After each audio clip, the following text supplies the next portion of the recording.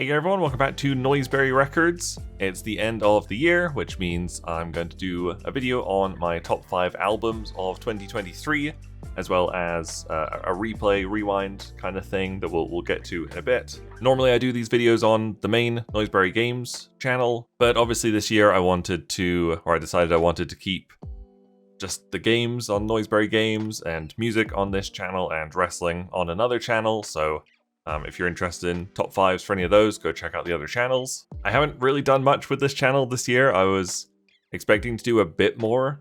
I was originally thinking of doing like song reaction videos, because those are pretty popular in like the metalcore, deathcore scene, but I just couldn't bring myself to do it. I think I came close to doing it for one song, and just like before I even got everything set up, I was just cringing at thinking of how to do it, so I don't think I'm going to be doing any reaction videos or anything like that. I just don't think it's the kind of content that I could do. So I still don't really know what'll be on this channel, but these kinds of videos will be maybe exciting records that I get will be on here, maybe concert reviews, recaps, something like that. So anyway, let's get right into it. I'm going to go from 5 all the way down to 1.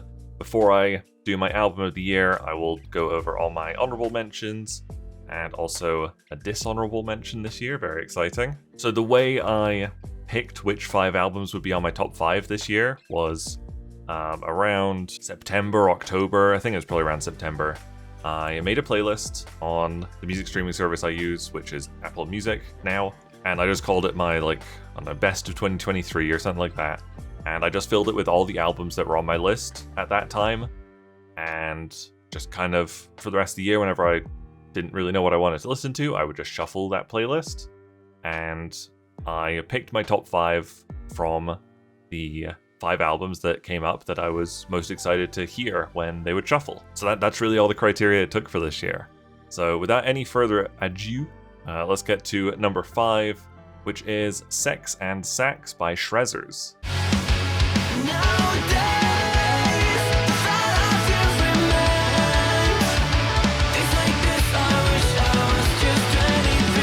Shrezzers is an incredibly unique band.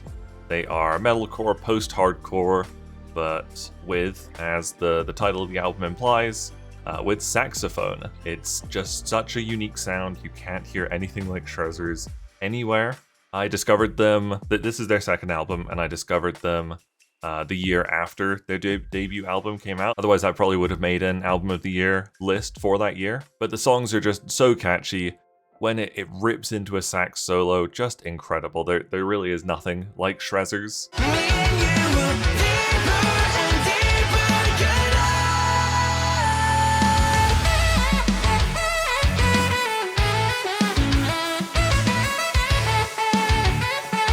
It would have been higher, but I didn't think it was as strong as their debut album. And there's also just this one really cringy spoken word rap song on this album, which I deleted from my library. It's not on my playlist. I'll have a link to the playlist on Apple Music in the description if you want to check that out yourself. But yeah, I never listened to that one cringy song, so I feel like it had to be, couldn't be too much higher than number 5. But when I shuffled the playlist, every time Shrezzers came on, I was like, yes, this is the stuff. And then man, you get some of those sax solos, so good. Number 4 is Fatalism by Polaris.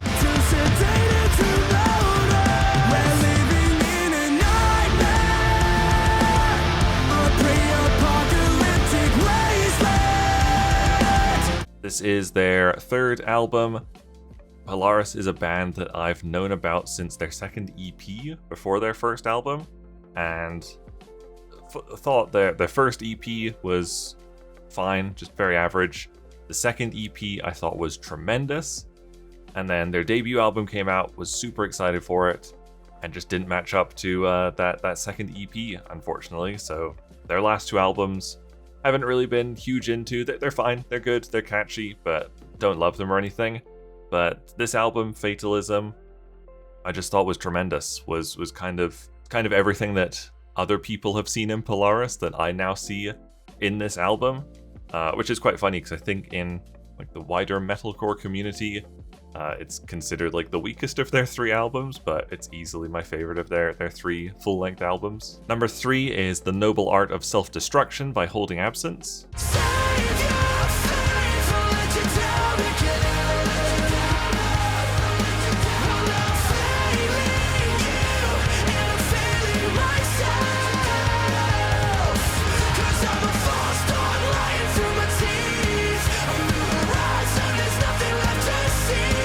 I think Holding Absence is always going to make my album of the year list if they release a full-length album.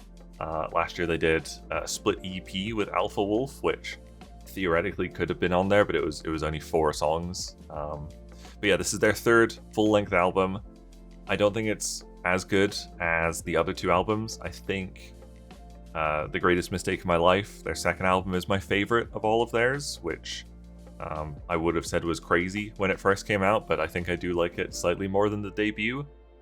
So this album, it's really great, but it just doesn't quite reach the heights of the other 2 albums.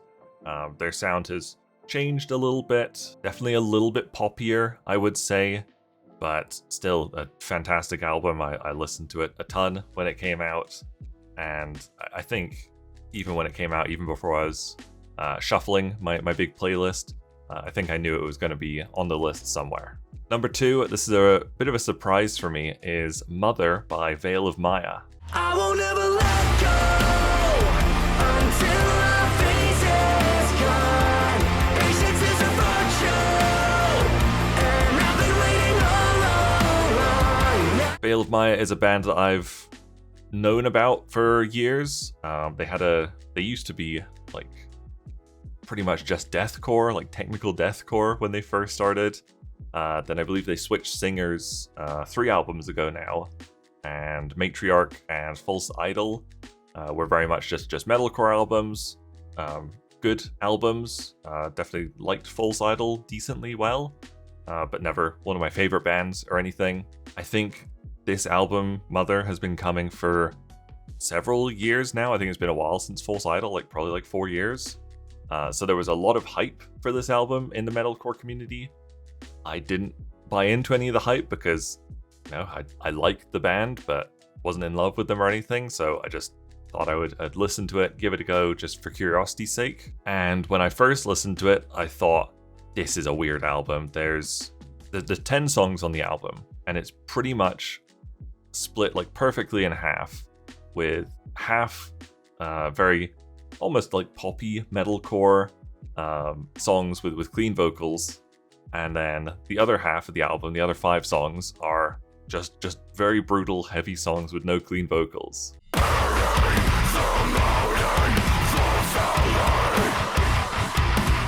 And so on the first couple of listens, I was enjoying the clean vocal songs, but the harsh vocal ones, like the only harsh vocal ones, just kind of sounded like a lot of noise, because you have to listen to it, but it kind of goes all over the place. But then I just kept listening to it, just kept putting it on and going back to it, and now I love this album. It's so good. They just came out with a deluxe version like a week ago or something. It's not on streaming platforms yet, but there was a vinyl release of it. So I bought the regular vinyl when it came out back in May or whenever it was. And then I also bought the deluxe version. And the deluxe version comes with instrumental versions on the second disc. And normally when I get a second version of an album, like a deluxe version of an album, I try and sell the first version. But the packaging and layout and design of this album is so cool that I'm keeping both versions, because I think it's so good. And at the time of recording, I don't know why, I went back to it over the last 2 weeks, and I've just been listening to it non-stop the last 2 weeks. So yeah, there's something really great about this album. Okay, got quite a few honorable mentions, so I'm going to go through them all pretty quickly. The first is Atlas Ruinica by The Wise Man's Fear. I loved the last album by The Wise Man's Fear. That was my album of the year when it came out, which I think was 2020, 2021. I didn't think this was quite as good, which is why it's just an honorable mention, but it was still a great album. Next is Periphery 5, A Gent Is Not a Genre by Periphery. I thought this would make my list when it first came out back in February, but Every song on it is very long. Most of the songs on it are really long. Most of them are like 7-8 minutes. But the thing is that every song has some kind of like ambient musical outro, and they're like completely separate from the actual song. They just go into just random, totally random video game soundtrack sounding bits at the end of each song, and some of them can be like 2 minutes. And just when I was going back to the album, I would finish the song, but there would still be like 2 minutes left, and it would be 2 minutes of not that song. And I just got really frustrated listening to the album, so it dropped off my top 5. Yeah, I liked it, but it's not as strong as their other albums, and kind of annoying to listen to. Next is Heavener by Invent Animate. If this was a top 6 albums of the year, I think this would be number 6. This is a great album. Kind of similar to Polaris in that I've listened to all their albums. I think they're fine, but they didn't really click with me until this album, and I really, really liked this album. The next honorable mention I didn't actually put on my big Best of 2023 playlist because it's not what I listen to anymore, but I wanted to give it a shout out because it was pretty decent, and that was 72 Seasons by Metallica. The newest Metallica album. I don't listen to Metallica anymore. They were instrumental for my musical development. I was a massive fan of them back in high school, so I always give them a go when they come out with something, even though it's not what I listen to anymore. And it was pretty good. I've heard them do a lot worse. Next is Dogma by Crown the Empire. Crown the Empire have kind of had some ups and downs with their albums, but this one really, really spoke to me, really stuck with me. A bit like Shrezzers, there's one god-awful song on this album that is not in my playlist and that I removed from my library. But overall, it's a really good album, really catchy, surprisingly heavy in places. Next is The Death We Seek by Currents, also very like Invent Animate and Polaris. I thought Currents were fine, listened to them a little bit, and then this album just kind of really stuck out to me. So not much more to say about it, but it's definitely my favorite Currents album. Next, and if this was a top 7 albums of the year list, this would be on there, is Violict by Mental Cruelty. Mental Cruelty is a deathcore band, Eastern European deathcore band, I believe, who had to change singers over the last year or two, and so slightly changed their style with the new singer, and they've gone more for the blackened symphonic deathcore. The lead single of this album sounded, I don't know if people will be familiar with this band, Wintersun. It sounded a lot like deathcore Wintersun, and I thought, man, if the whole album's like this is going to be really high on my albums list. And the whole album wasn't like that, but it's still a really great album. Only deathcore album on my list. I don't listen to a ton of deathcore, but when Mental Cruelty come out with something, I'm going to listen to it. Next is Reflections by Caskets. Just a solid post-hardcore leaning metalcore album. Definitely heavier than a lot of post-hardcore, but sounds a lot like metalcore, but I don't think there's like any harsh vocals in it. But good album. Not quite as strong as their previous album, but very good. And the last honorable mention is Divine Inner Tension by Hail the Sun. I just saw a passing comment, I think probably on the metalcore subreddit. Saw somebody mention this album. They said it was probably the post-hardcore album of the year. I don't listen to too much post-hardcore. Like out of the 3 cores, I'm going to listen to metalcore. That's the one I'm going to choose to listen to. But I do go through like phases of wanting to listen to post-hardcore. So I saw that comment. I thought better give it a go if it's the album of the year. And it was really, really great. Never listened to Hail the Sun before. I think this was like a bit of a comeback album for them, but it was great. And then I've got to give a dishonorable mention to Life Is But a Dream by Avenged Sevenfold. I waited years for this album. I was such a massive Avenged Sevenfold fan. I enjoyed the stage well enough. A lot of people thought the stage was really bad, but I thought it was still good. And then this album came out and it is just such a mess. It sounds awful. Doesn't sound anything like Avenged Sevenfold. M. Shadow's voice sounds completely shot. Super polarizing album. Some people love it. Some people like me absolutely despise it. I'm very disappointed that this is what Avenged Sevenfold have turned into. I went to see them here in Calgary in the summer, and I looked up the set list before, and like probably half the songs on the set list, probably just under half, were from this album. But the encore was 3 songs from this album. So as soon as the band went off stage for the encore, before the encore, my girlfriend and I left because did not want to see those songs because I hate this album. Okay, so time for my album of the year. And this was a bit of a surprise for me. But my album of the year is Take Me Back to Eden by Sleep Token.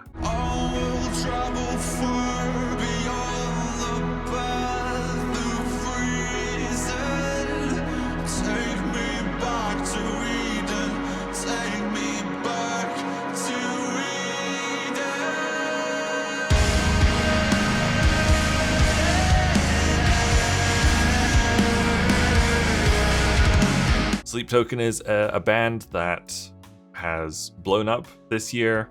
I've been aware of them for years. They were kind of talked about a bit on the metalcore subreddit, but they're not metalcore at all. And so I gave their debut album a go and just could not stand the lead vocalist singing. He puts such weird emphasis on words and stuff. I think it's just his accent, but couldn't get past it. Then their second album came out, and I tried that as well. Exact same thing, just could not get past the vocals. This album came out, it got so much hype, I thought, okay, I better give it a listen. My first listen, I was rolling my eyes constantly. I was like, what is this garbage? And then I think I just let it repeat. And on the second listen, I was like, hang on a second, is this good? And then I just probably didn't stop playing it for like 3 weeks or something straight. Just fell completely in love with this album, fell in love with the band, went back to the other albums and found I liked them as well. Nowhere near as good as Take Me Back to Eden, but still good. It's a very strange album. Every song sounds different. There's a couple of songs I don't really like, but there's some songs on here I absolutely love, and I've known for a while now that this was going to be my album of the year. So there you go, those were my top 5 albums of the year. Like I said, I'll have a playlist, an Apple Music playlist with all of these albums in it in the description if you want to check that out. Normally, at this point, I do my Spotify Wrapped, but I switched from Spotify at the end of last year to Tidal, and then I stayed with Tidal for 8 months, I think, and then I think in September I switched to Apple Music. And I really like Apple Music. It's not great if you're a Windows and Android user, which I am, but it gives you lossless music quality for just the base price. You don't have to pay extra for high quality music, which is really great. The Android interface is surprisingly good, actually, for it being an Apple product. And so they do sort of a wrapped thing. They call it the Apple Music Replay. So I'm gonna do it. I'm gonna watch it in here, but just bear in mind that I think they gave me access to the Apple Music Replay at the end of November, which means it literally only has like 2 or 3 months of my music listening data. So the results aren't going to be good at all. I'm hoping next year they'll be a lot better, but I thought it was still worth going through it. So let's take a look at my replay. Wow, this is a really great layout for for desktop.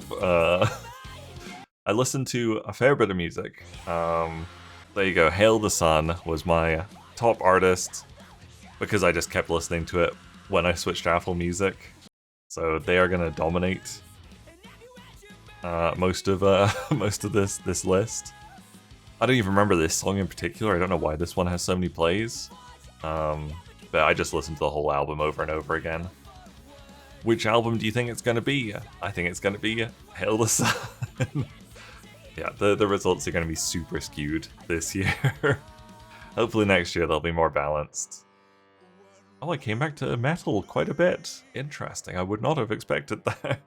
There you go, that's top artist, Hail the Sun. Top album, Divine Intervention by Hail the Sun. Top song, Story Writes Itself by Hail the Sun. You can see a little bit down here, my top artists, Hail the Sun, Ice Nine Kills, just from my Halloween playlist, I guess. Veil of Maya, it would be more if this took December into account, because I mostly just listened to them in December. Holding Absence, apparently. Top 4 songs. That's why this one's top, because there's other songs with 9 plays. I think this Mind Rider is probably my favorite song on there. Yes, my top albums, yes, this makes sense. Super Bloom by Silent Planet, didn't like it at all. 44 plays is just me trying to see why other people liked it. This was fine. It's a short album, so that's why there's more plays, and then this would probably be a lot higher. There you go, that was my top 5 albums of 2023. Let me know what your albums were. If you want to share that in the comments, feel free to check out the playlist, the Apple Music playlist in the description. If you want to see top 5 games of the year, check out Noiseberry Games. If you want to see top 5 wrestling matches of the year, check out Noiseberry Wrestling. Thank you guys very much for watching. Make sure you leave a like and subscribe if you enjoyed this video, and I'll see you guys later. Bye!